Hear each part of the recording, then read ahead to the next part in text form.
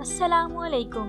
आज मैं बयान करूंगी कहानी एक छोटे रोज़ेदार बच्चे की और उसके नेक ईमानदार वालिद की। इससे पहले अगर आपने हमारे YouTube चैनल को सब्सक्राइब नहीं किया तो जल्दी से सब्सक्राइब करें और साथ में बेल नोटिफिकेशन को भी ऑन कर दें ताकि हमारी आने वाली नई अपडेट्स आप तक बआसानी पहुंच सकें। ईरान में एक बहुत ही गरीब आदमी रहता था। वो बहुत नेक और इबादत गुजार था। वो मेहनत मजदूरी करता और हलाल रोज़ी कमाता था। वो लोगों का सामान एक जगह से दूसरी जगह पहुंचाता था। क्योंकि वो बहुत ही ईमानदार और नेक था तो हर कोई अपना कीमती से कीमती सामान भी इसके ज़रिए दूसरी जगह पहुंचाता था। वो जैसा खुद था इसने अपने बेटे की परवरिश भी बिल्कुल ऐसे ही की थी। लेकिन बदकिस्मती से इस बच्चे की माँ नहीं थी, वो इस दुनिया से जा चुकी थी। इसी तरह रमज़ानुल मुबारक का बबरकत महीना शुरू हो गया। जब बच्चा अपने बाप को देखता कि वो किस तरह एहतमाम से रमज़ानुल मुबारक के रोज़े रखता है तो इस बच्चे के दिल में भी ये ख्वाहिश पैदा होती कि वो भी रमज़ानुल मुबारक के रोज़े रखेगा। जब रमज़ानुल मुबारक के रोज़े आए तो बच्चा ज़िद करने लगा, मुझे भी रमज़ानुल मुबारक के रोज़े रखने हैं। लेकिन इसके बाप ने इसे समझाया, बेटा अभी आप बहुत छोटे हो, लेकिन मैं वादा करता हूँ अगले साल आपको रमज़ानुल मुबारक के रोज़े ज़रूर रखवाऊँगा।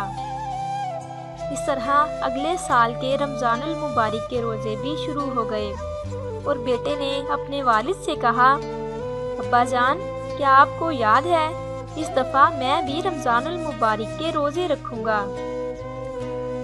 तो बाप ने कहा, हाँ बेटा मुझे अपना वादा याद है। अब सहरी का वक्त होने वाला था और बच्चा पूरी रात जागता रहा कि कब सुबह हो और कब मैं रोज़ा रखूं। जैसे ही सहरी का वक्त शुरू हुआ इस बच्चे ने अपने वालिद को जगाया और कहने लगा, उठिए वालिद साहिब सहरी का वक्त हो गया है। दोनों ने उठकर सहरी की और सुबह की नमाज पढ़ने के लिए चले गए। जब दोनों वापस आए तो इनके घर एक बहुत ही अमीर आदमी इनका इंतज़ार कर रहा था। इस नेक और ईमानदार आदमी ने पूछा, जी बताइए मैं आपकी क्या खिदमत कर सकता हूँ। वो आदमी कहने लगा, मैं जानता हूँ तुम बहुत ही ईमानदार आदमी हो। ये मेरा बहुत ही कीमती सामान है। ये मुझे जल्द अज जल्द अपने करीबी रिश्तेदार के घर पहुँचाना है और अगर तुमने मेरा ये काम कर दिया तो मैं तुम्हें बहुत सारा इनाम दूंगा। उस ईमानदार आदमी ने कहा, हाँ मैं आपका काम कर दूंगा, आपका ये काम आज की तारीख में हो जाएगा। जब इस आदमी ने अपने बेटे की तरफ देखा तो वो बहुत उदास होकर बैठा था। इसके वालिद ने इसे समझाया, बेटा तुम फिक्र ना करो, मैं शाम तक इफ्तारी से पहले पहुंच जाऊंगा और तुम्हारे लिए बहुत अच्छा खाने का सामान लेकर आऊँगा।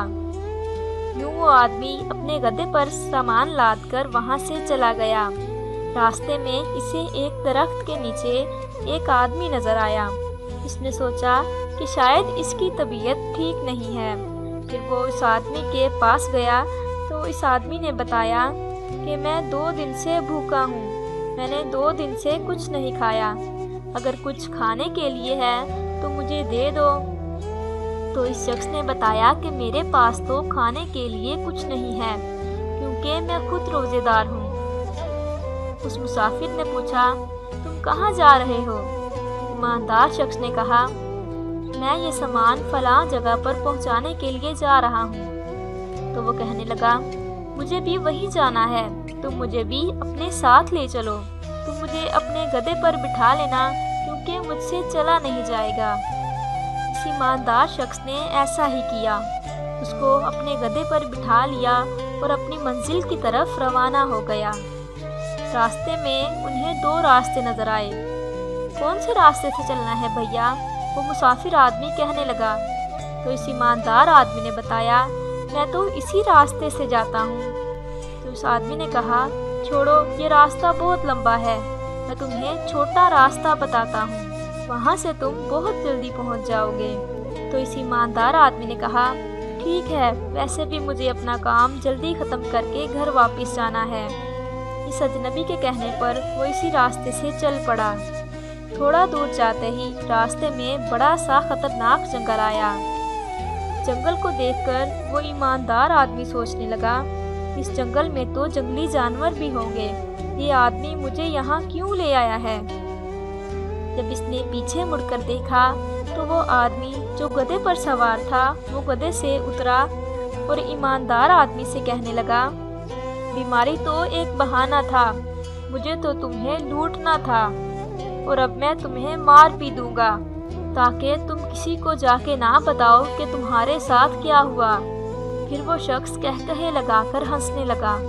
جب اس نے مارنے کے لیے اپنا خنجر نکالا اور اس ایماندار شخص کے قریب بڑھا تو اس ایماندار شخص نے کہا، میں تم سے ایک التجا کرنا چاہتا ہوں، مرنے سے پہلے مجھے آخری دفعہ نماز پڑھنے دو۔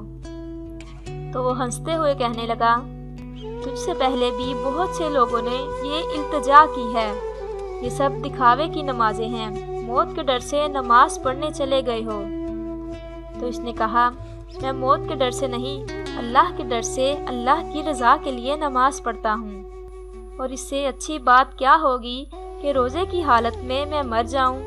اس شخص نے جب نماز شروع کی اور آخری رکعت پر پہنچا تو اس نے اپنے رب سے دعا کی، اے اللہ، مجھے تو نے کس مصیبت میں ڈال دیا ہے، تو مجھے اس مصیبت سے نجات دلا۔ دوسری طرف اس کا بیٹا بھی اس کے لیے دعا مانگ رہا تھا۔ اللہ تعالیٰ نے ان دونوں کی دعا کو قبول کیا۔ اللہ تعالیٰ نے جنگل میں سے ایک ہاتھی کو بھیجا اور وہ ہاتھی چیختا ہوا اس چور کے پاس آیا اور اسے پیروں کے نیچے کچل دیا۔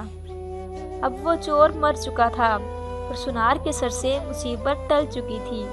سنار نے وہ سامان جلدی جلدی منزل تک پہنچایا اور اپنے گھر واپس آ گیا اور اپنے بیٹے کے ساتھ افطاری کی اور اللہ کا شکر ادا کیا۔